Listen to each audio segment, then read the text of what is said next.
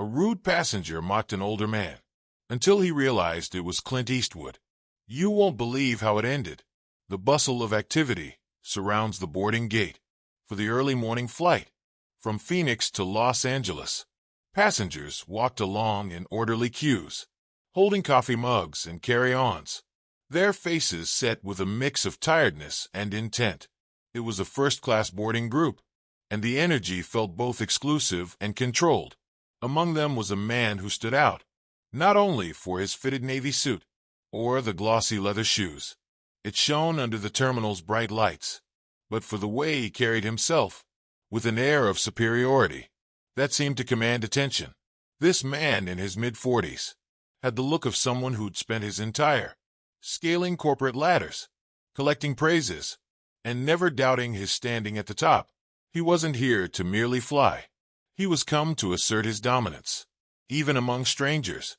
As he strolled toward the gate, his leather briefcase swinging in perfect sync with his steps, he peered at the individuals surrounding him with thinly concealed disinterest. Soon he was securely situated in his first-class seat, scanning through emails on his tablet, while other passengers streamed in. That's when he noticed him, the older man who shuffled down the aisle, carrying nothing but a little bag. The man wasn't dressed for first class, at least not by the businessman's standards. A tan jacket, a plaid shirt, and a pair of scuffed loafers completed his outfit. His face, albeit worn by time, held a certain tranquility, like someone who had seen enough of life to be unaffected by trivialities. The older man moved silently, relaxing into his place with no fuss. He adjusted his jacket, placed his suitcase under the seat in front of him, and leaned back, gazing out the window. To most he could have seemed unremarkable, a picture of modesty and simplicity. But to the businessman he was an abnormality. The younger man gazed at him, then at the flight attendant, who was assisting a few people locate their seats. With a wicked grin he leaned over, just enough to assure the older man could hear him. "Looks like first class isn't as exclusive as it used to be," he stated with a sneer. A few heads turned, modest reactions from neighboring passengers. The older man nonetheless didn't flinch. He peered at the businessman briefly, a small, nearly undetectable smile on his lips, before turning back to the window. The lack of reaction seemed to annoy the businessman. Undeterred, he added, "What's the occasion? Did they dish out charity upgrades today?" His tone was sharper this time, tinged with disdain still. The older man didn't accept the bait. He just adjusted his seat belt and kept his attention locked on the tarmac. His quiet was louder than any response he may have offered, and that just reinforced the businessman's ego. The flight attendants began their pre-flight inspections. When the businessman finally leaned back, satisfied with his tried comedy. But as the plane began to taxi, anything about the elder man's calm manner began to chew at him. It wasn't just the silence. It was the quiet assurance, the unwavering feeling of self that felt almost out of place in a society when appearances seemed to represent everything. But the businessman wasn't ready to let it go. For him, the flight was just beginning, and little did he know, so it was a lesson he'd never forget. The plane had reached cruising altitude. As the cabin relaxed into a familiar rhythm, the intermittent ding of a call button, the rustle of newspapers, as the quiet hum of talks filled the air. But the businessman, situated just a row aside from the elder man, couldn't let the interaction go. Something about the elder man's presence, his calmness, his refusal to engage felt like a challenge. While he couldn't fully articulate why, he crossed one leg over the other. She leaned slightly into the aisle, glanced at the man, who continued to stare out the window. The businessman's lips curved into a smirk as he decided to press on. "I'm curious," he said, loud enough for a few passengers around to hear. "What brings someone like you to first class? Big lottery win? Or are you come to reminisce about the good old days when planes were still driven by propellers?" A few passengers exchanged glances, their discomfort clear, but no one intervened. The older man didn't react immediately, taking a steady, deliberate breath before turning slightly toward the businessman. For a brief instant their eyes met. The older man's stare was steadfast, unbothered virtually, as though he was sizing up the younger man's intentions. Then, without uttering a word, he turned back to the window, his expression as composed as ever. The lack of reaction simply emboldened the businessman. He leaned back in his seat, speaking loudly, now his voice dripping with derision. "Not much for chatting, eh? I think you'd rather sit there, thinking about the days before Wi-Fi and smartphones." He chuckled to himself, his tone making it apparent that he thought he'd won whatever fictional battle he'd conjured. The older guy again stayed mute. He folded his hands neatly on his lap and adjusted the cuff of his brown jacket, a slight movement that seemed to imply, "You're not worth my time." Surrounding passengers began to shift in their seats. A woman in her 50s gazed at the guy with a look of contempt, while a young couple seated across the aisle whispered to each other, their gaze darting toward the older man. The tension in the cabin got thicker, yet no one stepped in to stop the incident from escalating.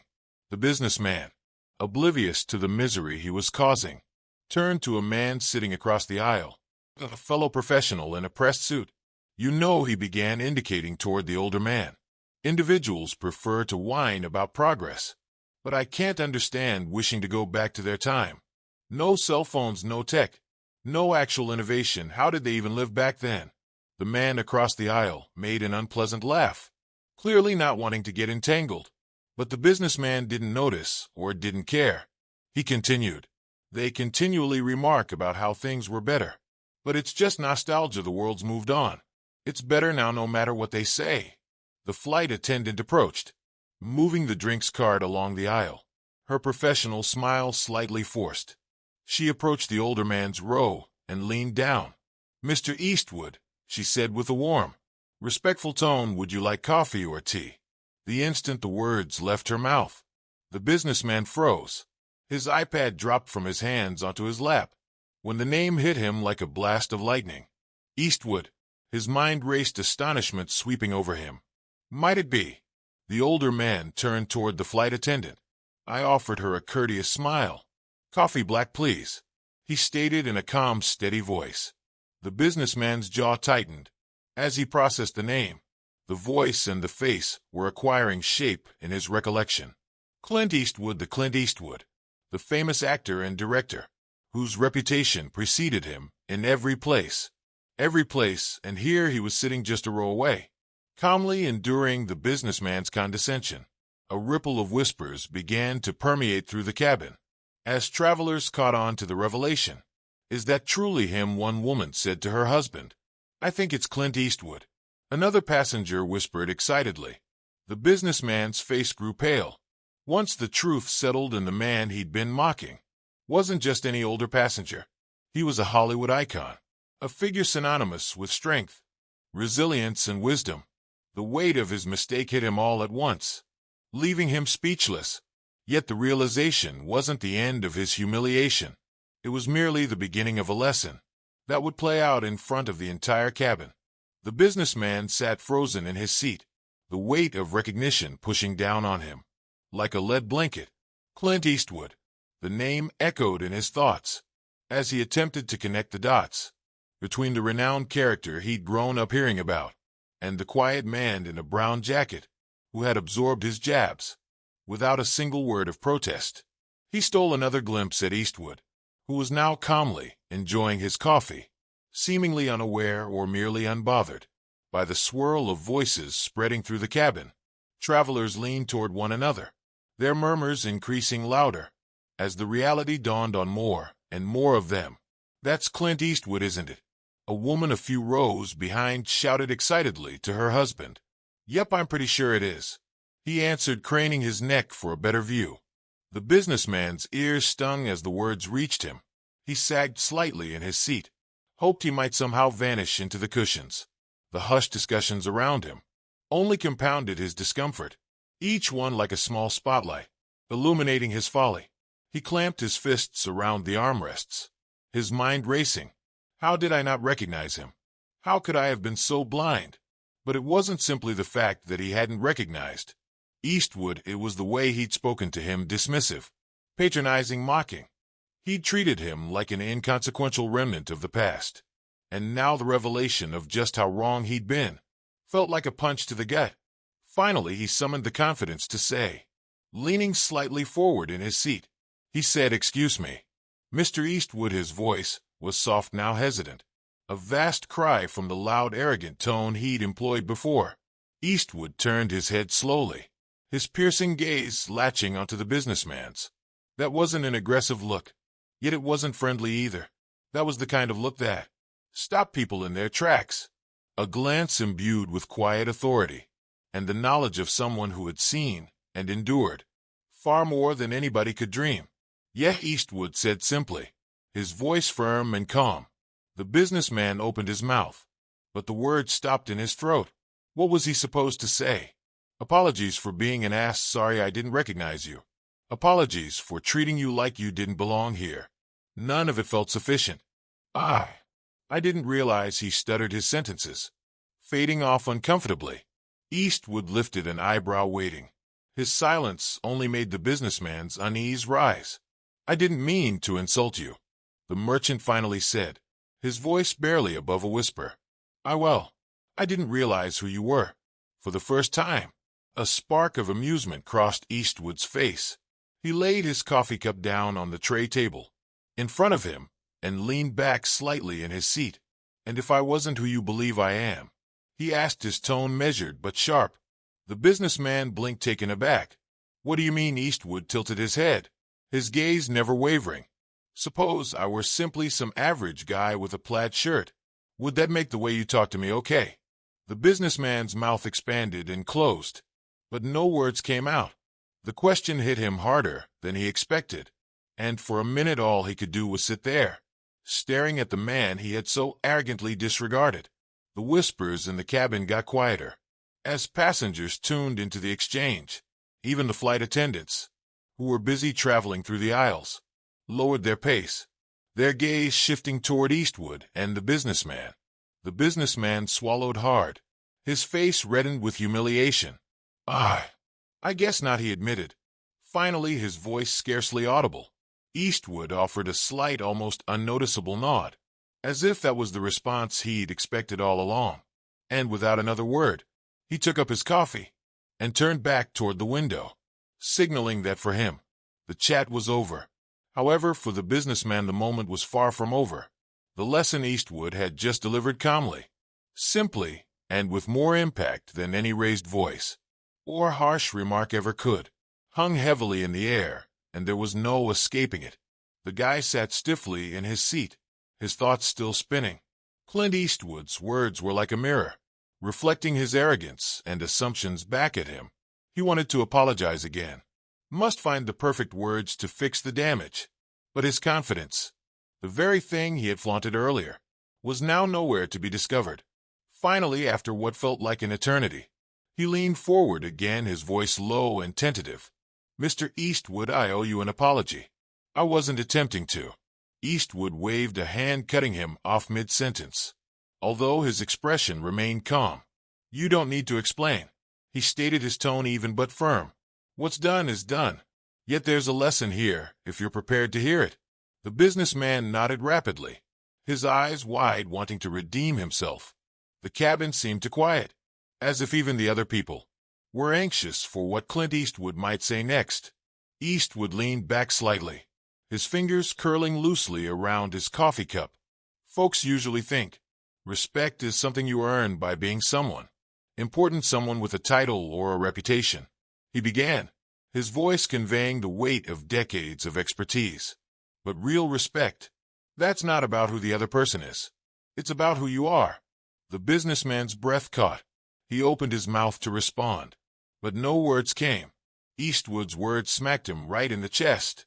The simplicity of the truth, breaking through all the excuses he'd been preparing.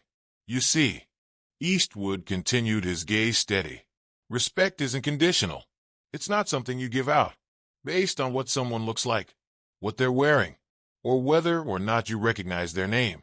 It's about how you carry yourself, how you treat others, even when you believe no one's watching." The businessman felt his face flush with humiliation. He had built his life on success and status, priding himself on being a self-created man.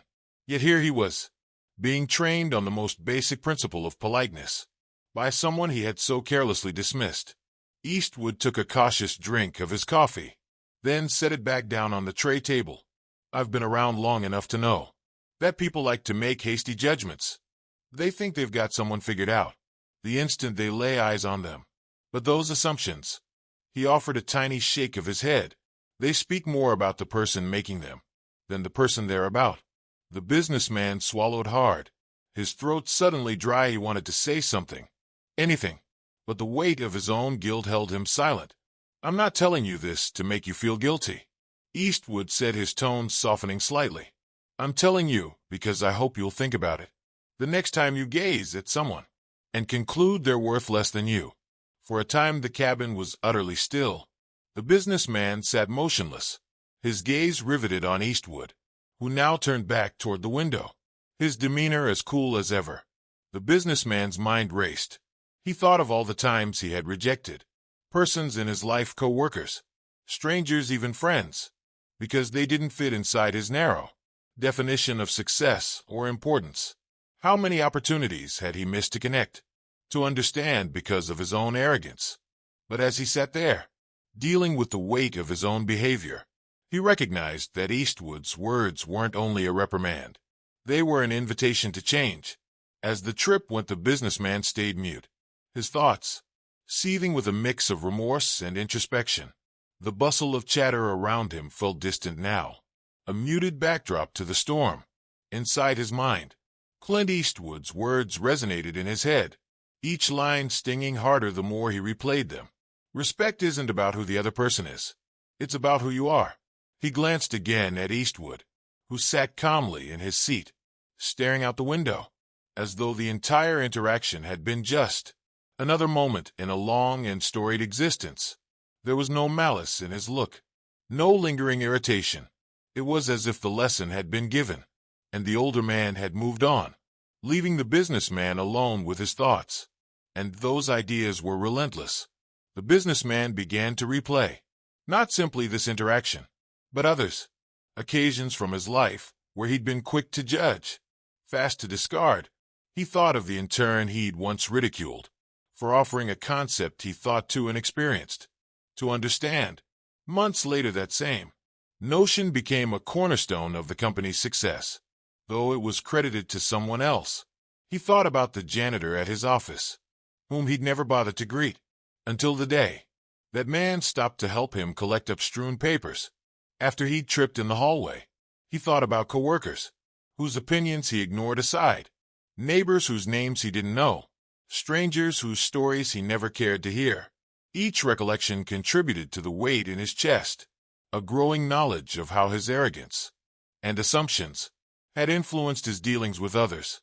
He had constructed a life on the premise that success and intelligence given him the right to look down on people, to assess their worth by his own twisted criteria.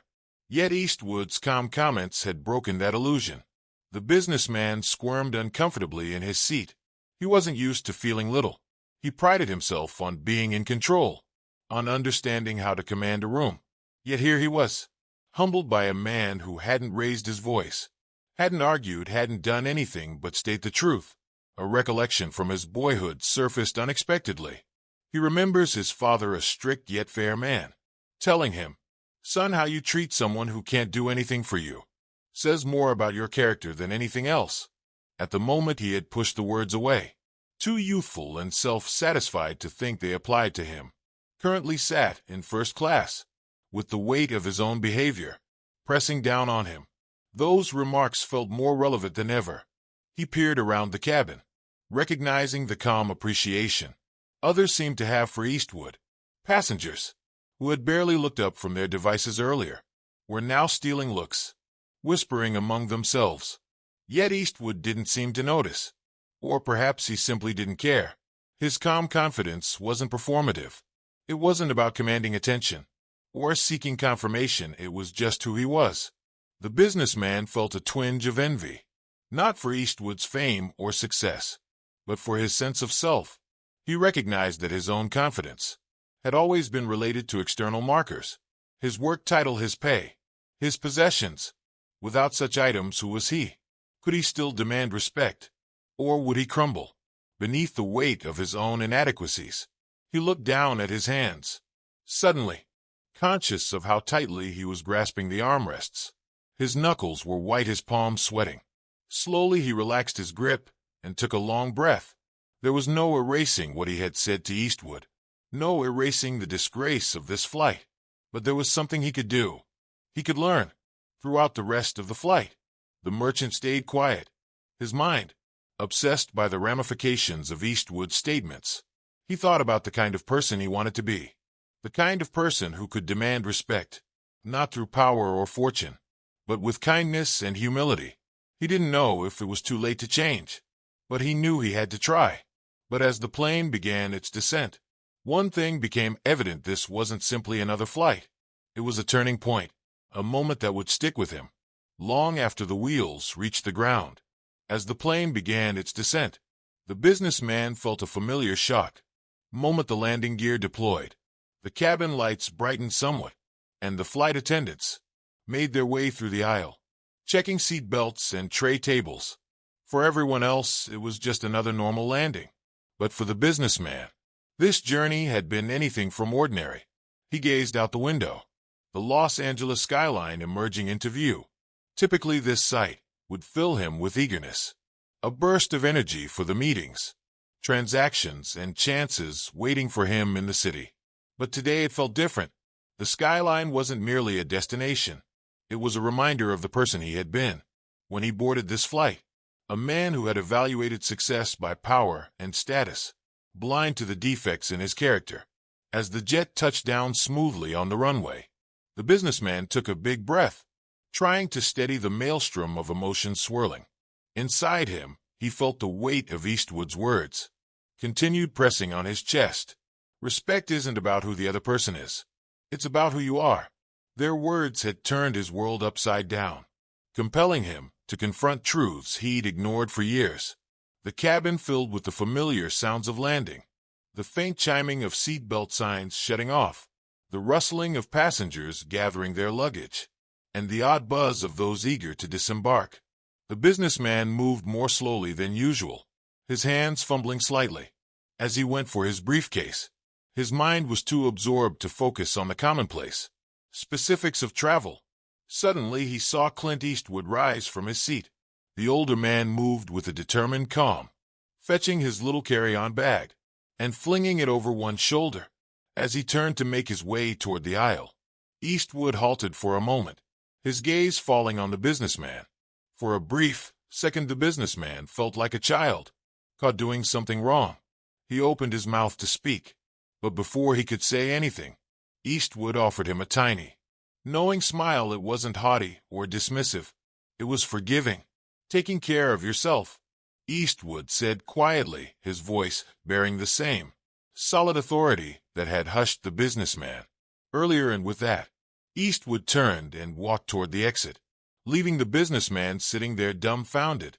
Those modest remarks, delivered without hate or venom, carried greater weight than the businessman could have dreamed. That wasn't just a farewell. It was a reminder, an invitation to be better. As the businessman finally stood and shuffled into the aisle, he observed the way other passengers glanced at Eastwood. As he passed, there was admiration in their eyes, not merely because of who he was, but because of how he held himself. He didn't demand respect. He earned it through calm strength and decency. The merchant followed the flow of passengers through the jet bridge and into the crowded terminal. The bright lights and hum of activity felt jarring, following the introspective calm of the flight. But as he proceeded toward the luggage claim, the lesson he had learned stuck with him. He thought about all the times he had judged people, depending on looks, prestige, or perceived relevance. He pondered about the various opportunities he'd missed to interact with others, because he had been too wrapped up in his own ego. As he thought about the kind of person he wanted to be, moving forward, someone who gave respect freely, not because of what someone could do for him, but because it was just the correct thing to do. As he reached the baggage claim area, he paused for a moment, pulling out his phone. His impulse was to check emails, dive back into work, and bury the ugly feelings of the past couple hours, but instead, he opened a new note and typed 3 basic phrases. "Be like Eastwood." He didn't know what the road ahead would look like, but he knew he couldn't go back to being the person he was before. That flight had transformed him in ways he couldn't yet entirely articulate, because sometimes the most crucial lessons come not from lectures or books, but from the quiet moments when someone holds up a mirror and forces you to recognize yourself for who you truly are. When he departed the terminal and stepped into the Los Angeles sun, the guy felt something he hadn't felt in years: humility. And with that humility came hope, the hope that he may start afresh, this time with a heart more open and a mind more inclined to listen. If this story resonated with you, share it with someone who might need a lesson about the power of respect and humility. Don't forget to subscribe for more tales that inspire and challenge us to grow. What would you have done if you were in his shoes? Let us know in the comments below.